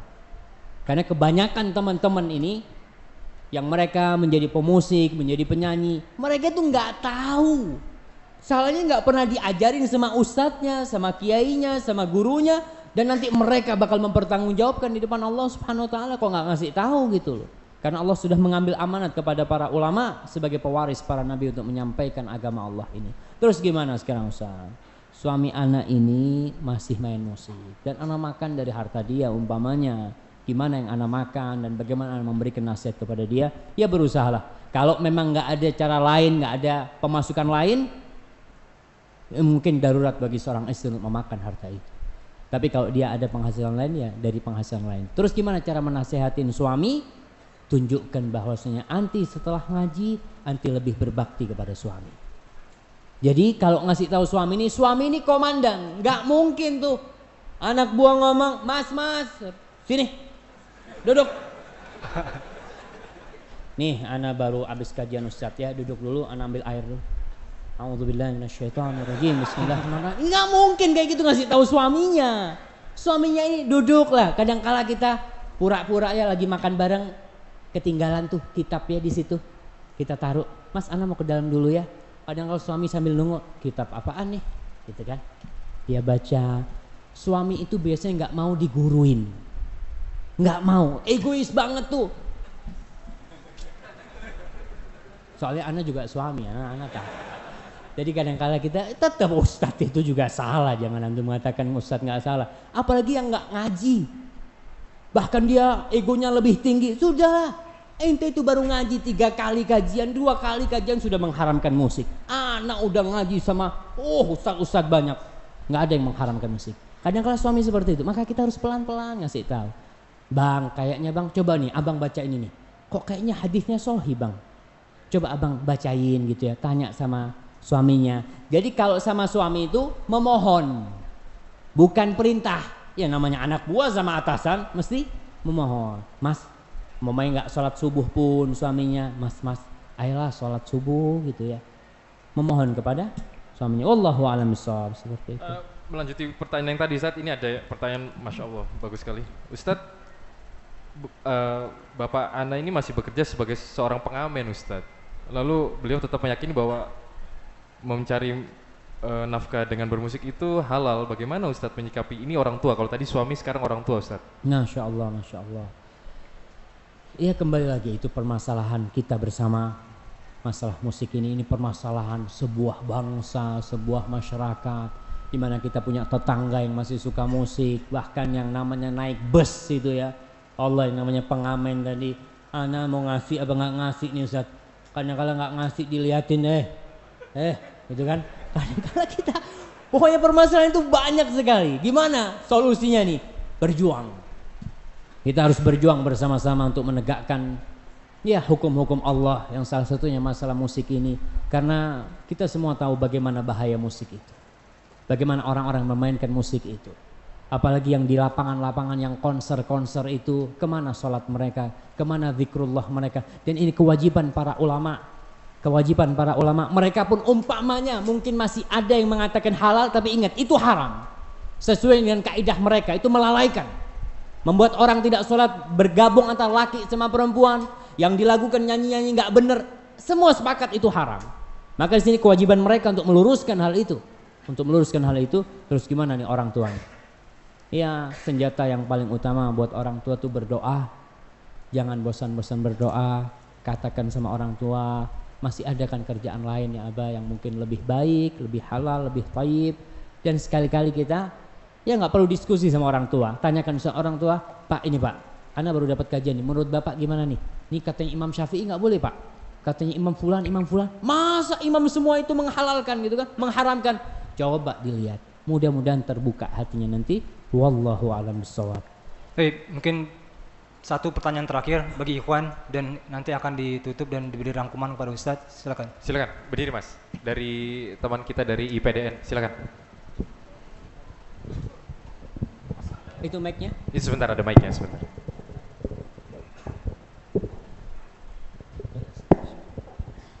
Bismillahirrahmanirrahim. Terima kasih atas kesempatan yang diberikan. Di sini Ustadz, ada 3 yang ingin saya tanyakan. 3? Banyak banget mah. Ini terakhir, ini satu mah. Ya, saya tidak mau menyanyiakan kesempatan ini Ustadz. Yang pertama, sebenarnya selama ini sebelum saya ikut kajian-kajian sunnah ini, saya juga masih sering mendengarkan musik, dan itu saya lakukan sebelum tidur misalnya dan segala macam. Nah, tapi setelah saya tahu bahwa musik itu haram, apalagi yang selama ini saya dengarkan ya cenderung musik India dan kawan-kawan, saya mulai berusaha untuk merubah menjadi mendengarkan murattal sebelum tidur. Nah, di sini ada kontradiksi lagi Ustadz. Katanya kalau musik juga kalau mendengarkan murattal ini sebagaimana di surah Al-Anfal ayat 2, innamal mu'minuna allazina idza dzukirallahu dan seterusnya Ustadz. Itu kan kalau kita mendengarkan Al-Qur'an berarti hati kita harus gemetar katanya, orang mukmin dan termasuk orang mukmin, bukan justru menikmati murattal itu untuk tidur. Nah, ini yang ingin saya tanyakan, gimana pandangan Ustadz terhadap mendengarkan murattal sebagai pengantar tidur atau sementara belajar menikmati musik-musik ayat Al-Qur'an atau murattal. Selanjutnya yang kedua Ustadz, mengenai kemurnian Islam atau kita merujuk ke Arab Saudi. Sebagaimana di Arab Saudi adalah sebagaimana kita ketahui Wahabi. Nah, di sini ada yang kontradiksi juga Ustadz. kita mengatakan bahwa penggunaan alat gendang boleh pada hal-hal yang khusus, misalnya pernikahan dan atau Idul Fitri, Idul Adha. Nah, kemarin saya lihat di YouTube pada saat ada pameran alutsista, alat khusus itu apa, sistem pertahanan. Ada Raja Arab Saudi, otomatis di situ ada ulama-ulama senior, ada ulama besar, kok dibolehkan memukul alat gendang sambil mengiringi rudal. Saya lihat di YouTube, Ustaz. Nah, itu hukumnya gimana? Padahal di situ ada ulama-ulama senior yang mengerti akan hadis-hadis sahih, Ustaz. Nah, selanjutnya yang terakhir, Ustaz, kami kan di pendidikan ini kadang musik itu bagian dari kehidupan kami. Dalam artian setiap apel, setiap apa pasti kita akan menyanyikan lagu kebangsaan. Nah, yang saya tanyakan, bagaimana hukum menyanyikan lagu kebangsaan, Ustaz? Padahal itu untuk menaikkan semangat kebangsaan kita. Nah. Ya, terima kasih. Wassalamualaikum warahmatullahi wabarakatuh. Waalaikumsalam warahmatullahi wabarakatuh. Kasih hadiah dulu. Kasih. Kita. 5, Van. 5, Van. Tapi pertanyaannya banyak banget, no. Apa? Iya. Ya. Yang pertama. Yang pertama apa yang pertama? Yang pertama itu murata untuk murata, ya. Allah Subhanahu wa taala mengatakan innamal mu'minuna alladzina idza dzukirallah wajilat qulubuhum wa idza tuliyat alaihim ayatuhu zadatuhum imana wa ala rabbihim yatawakkalun. Bagaimana kita mendengarkan Al-Qur'an sebelum tidur? Boleh enggak? Padahal kita ini kalau baca Quran seharusnya itu kita katakan, seharusnya kita terdetak hati kita, ya, tambah iman kita. Tapi itu lihat kondisi kita. Kadangkala imam baca Al-Fatihah, kita memikirin itu motor dah dikunci belum tuh. Imamnya baca Al-Fatihah, kita dengar suara imam itu. Kadangkala memang tidak hadir kita di situ. Maka itu seharusnya dalam artian bagaimana kita ketika mendengarkan Al-Qur'an Karim kita hadir di sana, bukan berarti karena kita ana mah kok kurang khusyuk ya, ana matikan aja, enggak. Karena mudah-mudahan dengan kita dengerin terus, nanti lama-lama kehusyuan itu kadangkala akan datang timbul kepada kita, nggak langsung. Jadi ada orang yang imannya sudah tinggi, dengar satu ayat langsung bergetar. Tapi ada orang-orang yang imannya masih digiring, ya, terus sampai puncaknya baru dia, ya Allah benar ya yang disampaikan oleh Allah Subhanahu wa taala itu, baru akan bergetar. Itu yang pertama. Yang kedua, bagaimana masalah rebana yang mengiringi lomba apa? Alutsista di Saudi, Ustaz. Nah, berkaitan dengan rebana aja ya. Kan kita katakan tadi, sebagian ulama membolehkan rebana itu selain pernikahan, selain Id, di acara-acara kebahagiaan. Model mereka membolehkan masalah khitanan, itu boleh, itu pendapat jumhur. Walaupun sebagian ulama mengatakan nggak boleh kecuali nikah sama Idul Fitri. Mungkin itu. Kalau dikatakan tadi mungkin ada ulama-ulama kok nggak menegur.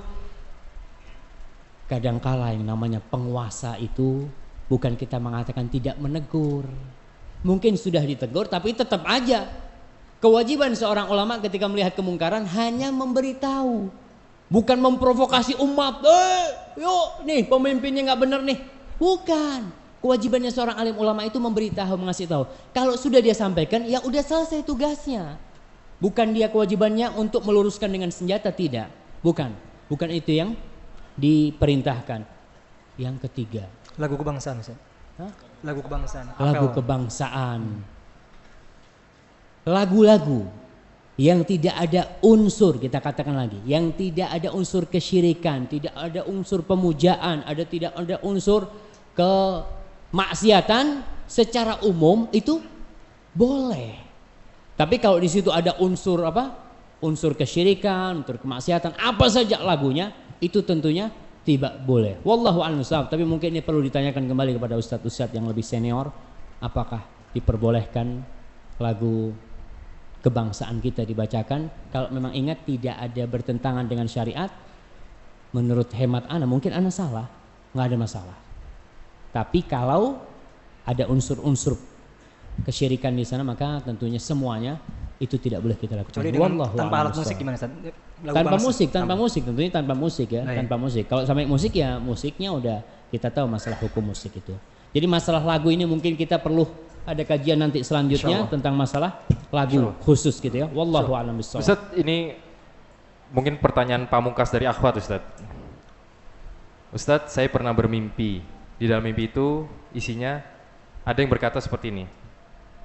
Janganlah kamu dengarkan musik karena lirik dan syairnya melalaikan dan datangnya dari syaitan. Bagaimana Ustadz sebagai saya yang bermimpi seperti itu menyikapi hal tersebut? Nah, subhanallah. Mimpi. Insya Allah semua pernah bermimpi. Mimpi itu ada yang bermakna. Ada mimpi yang hanya bunga tidur, yang tidak ada maknanya. Ada mimpi-mimpi yang di dalamnya ada nasihat-nasihat. Bahkan ada sebagian orang yang bermimpi bertemu dengan Rasulullah SAW. Bagaimana sikap kita menyikapi mimpi-mimpi nasihat, mimpi-mimpi petuah? Itu pada hakikatnya karunia Allah buat kita. Maka terimalah petunjuk dari Allah yang lewat mimpi selama tidak bertentangan dengan agama kita. Nanti dapat lagi mimpi, Ustaz, ana mimpi lain Ustaz, katanya musik itu halal. Ente dengarkan gitu kan. Wah, ini mimpi yang mana yang mau diikutin? Jadi intinya mimpi itu yang sesuai dengan agama itulah yang kita ikutin. Tapi kalau tidak sesuai, ya wallahu a'lam bishawab. Baik, nampaknya tadi pertanyaan terakhir ya, dari akhwat juga dan ikhwan juga. Mohon maaf, mungkin waktu juga kita yang sangat sempit sekali. Mungkin Ustadz ada rangkuman ya Ustadz buat audiens. Nah, bismillah wassalatu wassalamu ala rasulillah. Kembali kita mengkaji sebagai seorang muslim. Allah Jalla Jalaluhu mengatakan, ya ayyuhalladzina amanu udkhulu fis silmi kafah. Wahai orang-orang yang beriman, masuklah kalian ke dalam agama Allah ini secara kafah. Wala tattabi'u khutuwatis syaitan. Jangan ikuti jejak-jejak syaitan. Innahu lakum aduwwum mubin. Syaitan itu adalah musuh yang sangat nyata buat kalian. Bagaimana dengan urusan musik ini? Mungkin ada hal-hal yang sebelum kita Islam kita sudah lakukan. Kemudian setelah belum kita ngaji kita sudah lakukan. Setelah kita ngaji ternyata nggak boleh. Ya berusahalah kita untuk meninggalkannya agar kita kafah Islam kita. Kita benar-benar mengikuti agama Allah secara sempurna. Juga tadi sudah saya sampaikan. Mungkin nanti ada orang-orang yang mengatakan tentang kajian-kajian kita ini, ya itu mah orang-orang yang ekstrim lah, orang-orang yang nggak benar. Subhanallah. Mungkin apa? Wahaboy Ustadz. Wahaboy. Wahaboy. Apa mau wahaboy?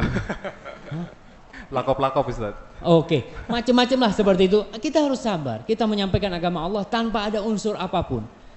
Dan itu kewajiban kita. Ikut nggak ikut? Ya, kita doakan semoga dia mendapatkan hidayah dari Allah Subhanahu wa taala dan tetap kita harus santun. Tadi kita bacakan tentang perkataan ulama masalah menghancurkan alat-alat musik. Ingat, menghancurkan alat-alat musik itu adalah tugas Hay'ah Amar Ma'ruf Nahi Munkar. Kalau kita punya mungkin di negara-negara Islam itu adalah polisi yang ditugaskan untuk mencegah kemungkaran itu. Mereka lah yang bertugas. Jadi jangan antum keluar dari sini masuk rumahnya tetangganya. Enggak lah ya. Ke toko musik Ustaz ya. Gimana? Ke toko musik ngancur-hancurin gitu ya. Enggak. Tetap ud'u ila sabili rabbika bil hikmati wal mau'izatil hasanah wajadilhum billati hiya ahsan. Ajaklah mereka kepada jalan Allah dengan hikmah, dengan nasihat-nasihat yang baik dan dengan dialog yang dengan cara lebih baik pula. Semoga Allah memberikan hidayah kepada mereka. Dan yang kita sampaikan itu adalah pendapat ulama-ulama besar. Itu bukan pendapat ana, bukan pendapat teman-teman, bukan pendapat ustadz-ustadz. Itu pendapat Imam Syafi'i, pendapat Imam Malik. Imam Malik dia pernah ditanya, Imam Malik itu di kampungmu orang-orang pada main musik. Dipikirnya Imam Malik membolehkan musik. Apa kata Imam Malik? Innama yaf'aluhul fusaq minna. Yang berbuat itu orang-orang fasik. Di kampung kita ada memang. Tapi yang berbuat itu siapa? Orang-orang nggak benar.